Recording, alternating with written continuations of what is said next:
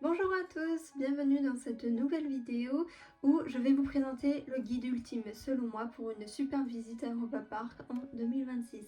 Alors si vous êtes prêts à embarquer dans ce voyage avec moi, c'est parti!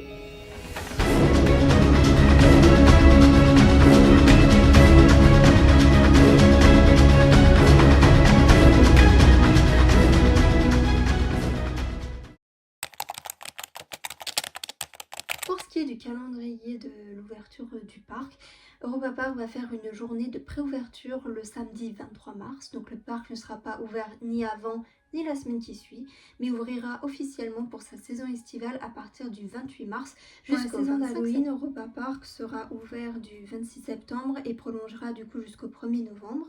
Et il entamera ensuite sa saison Hallowinter du 2 novembre jusqu'au 27 novembre. Pour les personnes qui ne seraient pas familières avec Hallowinter, c'est une période en fait de transition où Europa Park reste ouvert entre sa période Halloween et sa période hivernale. Donc au lieu de fermer le parc comme avant, depuis le Covid, maintenant ils ont créé cette saison. Donc vous avez encore un mélange de citrouilles, les sapins commencent un peu à se mettre en place. Donc ça permet au parc d'éviter de fermer. Et généralement c'est une période où il n'y a pas tellement de monde parce que octobre, novembre, il fait froid.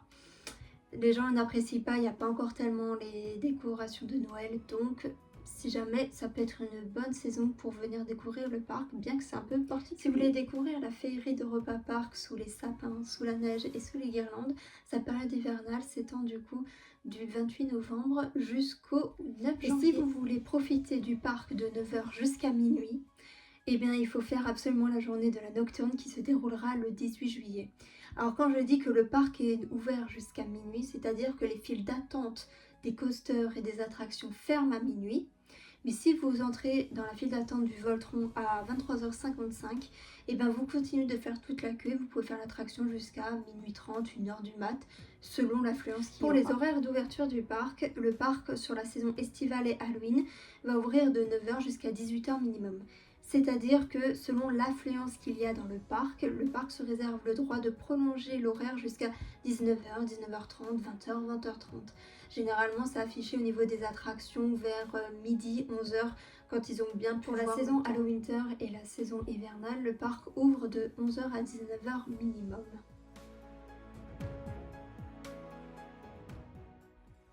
Je vais maintenant vous parler des billets d'entrée. Je ne vais pas évoquer dans cette vidéo les passes annuelles tout simplement puisque à l'heure où je vous parle et que je tourne cette vidéo, les passes annuelles sont déjà en rupture de stock pour l'année 2026. Et oui, ils ont mis 3 jours à être en rupture de stock, c'est allé super vite. Pour un adulte et un enfant de plus de 12 ans, les billets vont varier entre 67€ et 76€.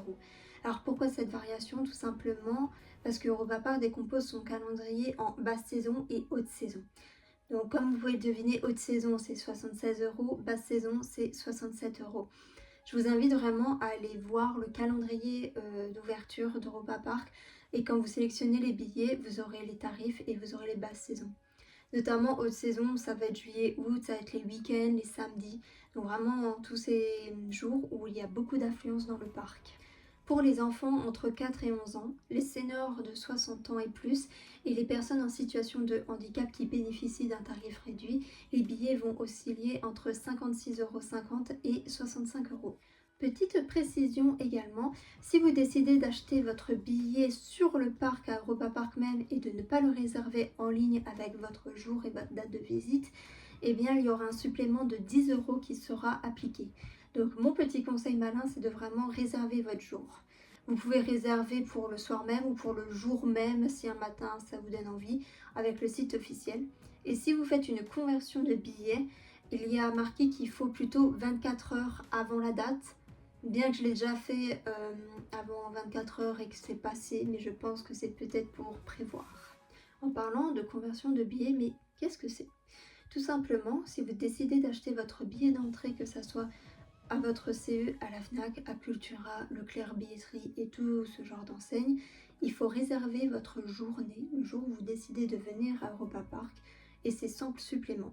Mais pour ça, il faut aller sur la conversion de ticket Europa Park, et il faut malheureusement réserver votre jour, sinon vous ne pourrez pas rentrer, ou je pense du moins difficilement. Ça ne m'est jamais arrivé, j'ai toujours réservé mon billet à l'avance, mais c'est à savoir. Et d'ailleurs, petite précision, les billets Fnac, Cultura et tout ce système-là ne sont pas du tout avantageux à l'heure où je vous parle, puisque je suis allée voir et ils sont également à 76 €, donc au prix fort comme à Europa Park. Alors autant prendre votre billet d'entrée sur le site d'Europa Park et au moins votre journée est tout de suite réservée et vous ne devez pas faire de conversion. Maintenant, si vous avez un CE à votre travail qui est avantageux, je pense notamment aux usines Peugeot, et ben ça veut dire que vous pouvez quand même tenter. Enfin, le dernier billet qui est obligatoire si vous voulez passer une journée à Europa Park, c'est le ticket de parking. Il coûte 10 € au moment où je vous parle. La saison 2026 n'a pas encore été lancée, donc je me mets une petite réserve si jamais il augmente. Pour moi, il ne devrait pas augmenter puisque les tickets d'entrée et les passes annuelles ont déjà pris son augmentation. Là, de ce que j'ai pu voir, il n'a pas augmenté, il est resté à 10 €. Mais je préfère quand même prévenir. Et si vous voulez être proche de l'entrée, il existe le ticket réservé, le parking réservé, où vous allez payer 29 € et vous serez sur les premiers parkings. À savoir que les billets de parking, vous pouvez les prendre soit sur l'application Europa Park, soit sur le site internet ou encore sur place. Vous pouvez prendre votre billet de parking 10 € à l'entrée d'Europa Park ou à votre sortie. Par contre, pour les tickets réservés, je ne suis pas sûre de l'info. Je pense que si vous voulez le prendre, il vaut mieux le réserver directement sur l'application. Maintenant que vous avez tous vos essentiels pour aller à Europa Park, vos billets d'entrée, vos billets de parking, on peut maintenant se consacrer à quel moment y aller, effectivement. Pour éviter l'affluence et si vous avez la possibilité, y aller en semaine et hors vacances scolaires et hors week-end. Ça, c'est le must du must, c'est ce que je fais personnellement quand j'ai l'occasion. Et j'ai à 5 minutes d'attente partout. Je peux vraiment profiter du parc comme je le veux. Donc c'est vraiment le conseil que je peux vous mettre. Si vous n'avez pas le choix de visiter un week-end, je vous préconise plutôt le dimanche. En effet, les gens viennent beaucoup le samedi et veulent le dimanche en fait pour récupérer la fatigue. Si vous vous sentez de le faire et que vous travaillez le lundi, faites plutôt le dimanche et comme ça vous avez moins de monde. Mais par contre, ça pique parce que généralement une journée de parc, ça use. Si je peux aussi vous éviter une période, pitié, le mois de mai, tous les ponts de mai. À chaque fois, je vois des personnes qui se plaignent sur les réseaux sociaux et quand on voit les périodes où ils sont allés en période de pont. C'est vraiment les pires dates et je parle pas que pour Europa Park, c'est pour tous les parcs Astérix, pardon, Disneyland Paris, Fantasyland, tous les parcs, évitez les ponts de mai. Pourquoi? Tout simplement parce que tout le monde les pose, il faut liquider les congés, donc tout le monde se presse au même endroit. Si vous n'avez vraiment pas le choix d'un pont, prenez plutôt le dernier jour du pont, soit si ça tombe le dimanche. Pareil pour éviter d'avoir l'affluence parce que les gens prennent plutôt un jour, 2 jours, troisième jour ils rentrent chez eux et se reposent. Et pareil, si vous y allez en week-end, évitez le samedi. La période aussi que je peux vous conseiller d'éviter, c'est juillet-août et Halloween. Pourquoi? Parce que juillet-août, c'est les vacances scolaires. Et il faut aussi regarder le calendrier des vacances Suisse et Allemagne, effectivement, puisque Europa Park se situe en Allemagne, frontalier avec la Suisse et la France. Donc, quand généralement les trois sont en vacances scolaires, notamment juillet-août, même en semaine, vous allez avoir du monde. Donc, évitez juillet-août si vous le pouvez. Et pourquoi la période d'Halloween? Parce que la période d'Halloween est une période très forte au niveau des parcs d'attractions. C'est vraiment une période qui est intense. Europa Park n'y échappe pas. Ils ont même leur événement à côté qui s'appelle Traumatica, qui est plutôt réservé pour adultes. Dans le parc même, c'est pas comme le parc Astérix avec Peur sur le parc. C'est vraiment très familial. Il y a beaucoup de citrouilles, de sculptures en citrouille, de bottes de paille. C'est vraiment familial. Vous pouvez venir avec vos enfants sans souci. Si vous préférez vous faire peur, il y a Traumatica le soir. Ça vous ravira. Donc voilà, et effectivement en octobre, il y a de nouveau des vacances scolaires généralement. Le jour d'Halloween, le 31 octobre, ça pareil si je peux vous le déconseiller. Ça c'est des dates où je vous parle en expérience de cause, je l'ai fait le 31 octobre, 90 minutes d'attente et plus, voilà, 6 attractions sur la journée. Moi ça me dérange pas parce que je suis proche du parc, je peux revenir souvent. Mais si vous prévoyez une première visite, vraiment évitez ces dates-là pour permettre justement d'avoir une visite avec un temps d'attente raisonnable et vous faire un avis aussi raisonnable. C'est pas la même expérience si vous tapez 1h30 d'attraction et de file d'attente que si vous avez plutôt une demi-heure, 40 minutes de temps d'attente. Je vais vous partager maintenant mes astuces pour que vous puissiez passer une journée au parc réussite, éviter les temps d'attente, éviter les affluences. Bien sûr, c'est des astuces où j'ai remarqué que ça fonctionne quand je fais mes visites. Si vous avez d'ailleurs d'autres astuces, n'hésitez pas à les écrire, c'est toujours bien de partager. Donc c'est parti pour la première astuce. Si c'est la première fois que vous venez au parc, venez assez tôt. Le parc, comme je vous l'ai dit, ouvre à 9h, mais venez pour 8h15, 8h même, 1 heure en avance, surtout si c'est la première fois que vous venez ou que vous venez pour une deuxième visite ou que vous n'êtes pas trop familier. Pourquoi? Tout simplement parce que la partie allemande et la partie italienne du parc ouvrent déjà à 8h30.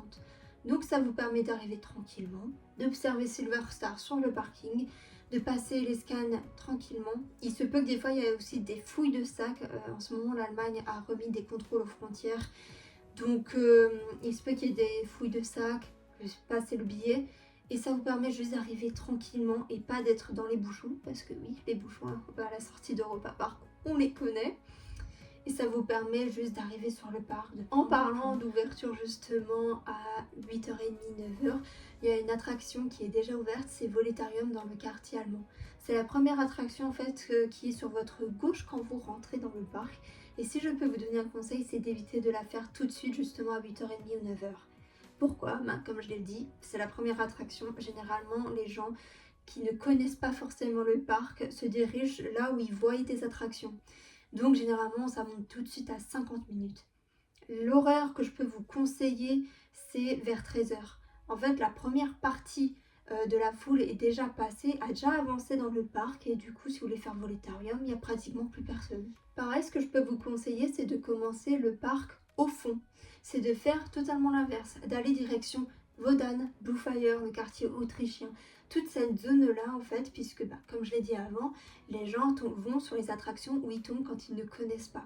En allant au fond du parc, vous pouvez faire Wodan Bluefire avec 10 minutes d'attente, parce qu'il faut savoir que cette zone-là, surtout Bluefire, est déjà ouverte pour les personnes qui résident à l'hôtel. Mais du coup, vous pouvez enchaîner les deux coasters sans trop d'attente, et ça permet justement de fluidifier. Et si vous remontez à l'inverse, et quand les gens vont venir au fond du parc, vous allez remonter sur l'avant, et forcément vous aurez aussi moins de temps d'attente sur toutes les attractions. L'astuce aussi que je peux vous donner, c'est de passer par le quartier irlandais pour aller au fond du parc. Pourquoi? Tout simplement parce que quand les gens entrent dans le parc, ils ne font pas forcément attention. Vous entrez dans le quartier allemand. Dans le quartier allemand, il y a une boutique Coca-Cola, vous allez passer devant le train panoramique.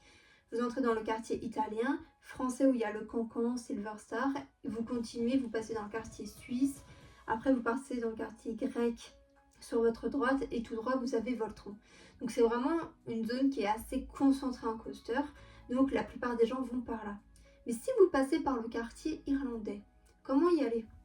Et bien tout simplement, face de la boutique Coca-Cola, vous avez des grilles et vous avez des jardins.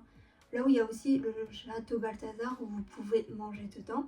Vous avez la statue aussi de Franz Mack, créateur du parc d'attractions. Et vous passez par là et vous allez contourner, en fait, vous allez passer par derrière. Beaucoup de gens ne connaissent pas forcément ce chemin. Donc si vous voulez tracer vers une attraction, ça vous évite pas mal de monde. Par rapport au point de restauration, je peux vous conseiller de manger en décalé. Soit vers 10h30, 11h, 11h15 grand max, sinon on commence à avoir du monde. Et l'après-midi à partir de 15h où les gens ne sont plus forcément devant moi se trouvent des éco-cups. Qu'est-ce que les éco-cups? Et bien c'est tout simplement les gobelets où les boissons vous seront servies. Et généralement dans tous les parcs, là je vous ai montré, j'ai Europa Park, j'ai le Futuroscope, j'ai les parcs Walibi et j'ai aussi également le parc Astérix. Et tout simplement en fait les éco-cups vous coûtent 2 € en consigne.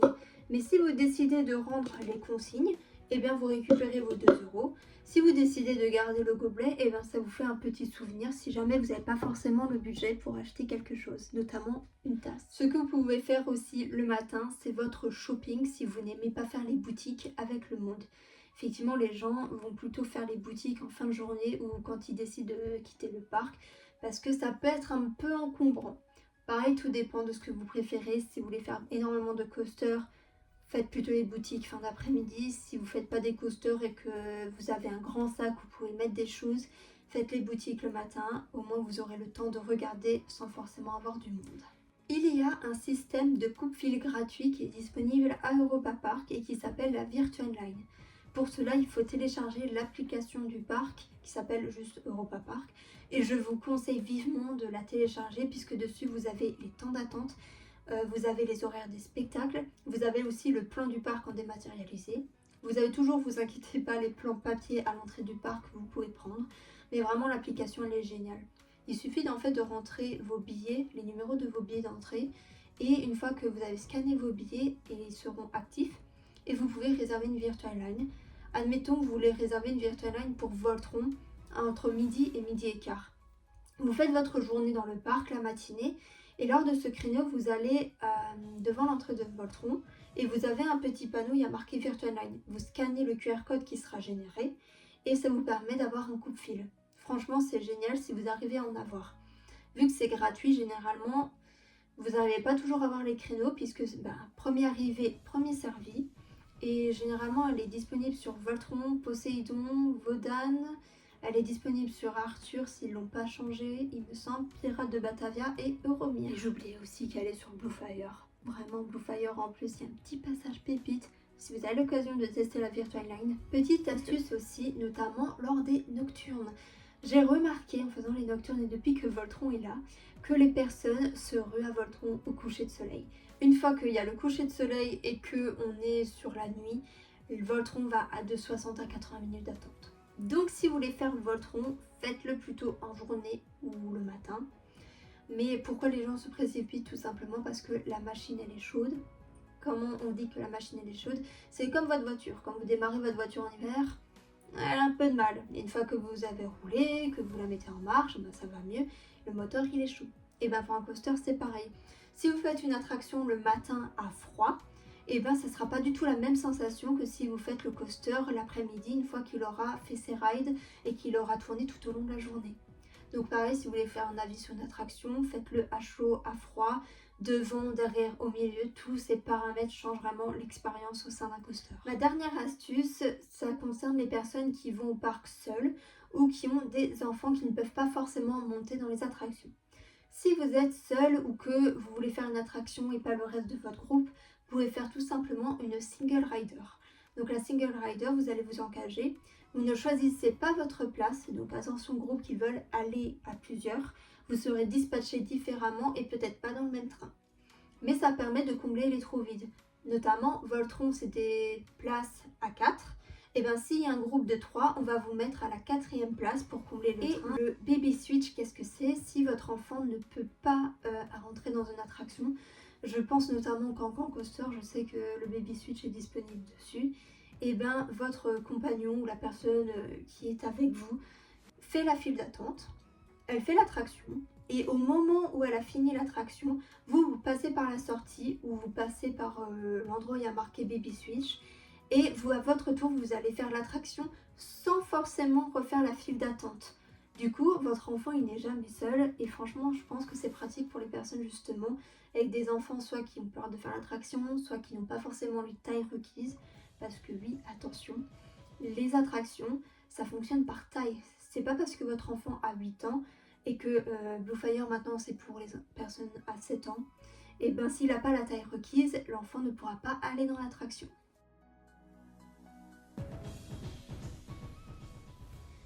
Si vous venez de loin et que vous souhaitez dormir à Europa Park, c'est possible puisque Europa Park dispose de 6 hôtels.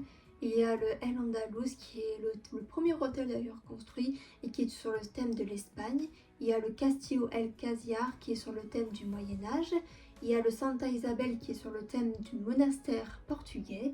Le Bell Rock qui est sur le thème de la Nouvelle-Angleterre. Il y a aussi l'hôtel Colosseo qui est sur le thème de la Rome antique, l'Italie.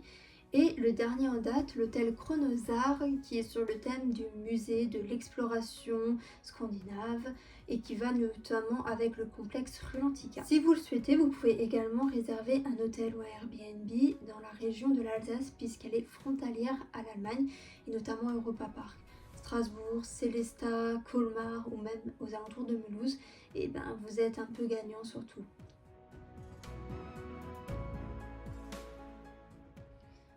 On va passer aussi à notre dernière rubrique de cette vidéo, c'est la restauration. C'est un point où je vais pas trop m'étaler puisque honnêtement moi j'emmène toujours mon sandwich et ma bouteille d'eau parce que quand on voit que la bouteille d'eau coûte 5 euros, il n'y a pas de petites économies. Mais si jamais Europa Park a des options véganes, notamment au Jack Deli qui se trouve dans le quartier Arthur et les Minimoys, donc c'est toujours bon à savoir. C'est des sandwichs, des salades, vous avez des soupes, vous avez des pizzas réchauffées. Donc ça c'est bon à savoir. Et en fait dans chaque quartier, vous avez la nourriture de son pays. En Italie, on va trouver notamment des pizzas, des pâtes. En France, on va trouver un stand de flamencuche, une petite boulangerie française. Donc vraiment, chaque quartier a ses spécialités. Dans le quartier espagnol, vous avez retrouvé le restaurant Don Quichotte. Don Quirote, selon les personnes. Mais voilà. Après, ça dépend aussi de votre budget. Vous avez les restaurants qui sont à table, vous avez les fameux fast-food, notamment dans le quartier russe, dans le Smack Burger, vous avez des menus fast-food. Les trois petits cochons aussi dans le quartier anglais. Vous avez le restaurant Food Loop. Personnellement, je ne l'ai jamais testé. Les avis sont assez mitigés par rapport au rapport qualité-prix. Mais voilà, tout dépend de ce que vous recherchez, du budget que vous avez. Et vous pouvez également prendre des petits snackings, style des hot dogs dans le quartier islandais et des sandwichs au saumon. Apparemment, ceux-là sont très réputés, donc si vous aimez le saumon, foncez-y. Et voilà, la vidéo se termine. J'espère en tout cas que cette vidéo vous aura appris des choses, que vous aurez pu voir des petites astuces. D'ailleurs, si vous en avez d'autres que j'ai pas citées, n'hésitez pas à les dire. Si vous voulez aussi d'autres astuces ou d'autres vidéos sur Europa Park ou sur les autres parcs, je vous laisse m'écrire en suggestion. Et puis moi, je vous retrouve pour une prochaine vidéo et passez une bonne visite. Salut!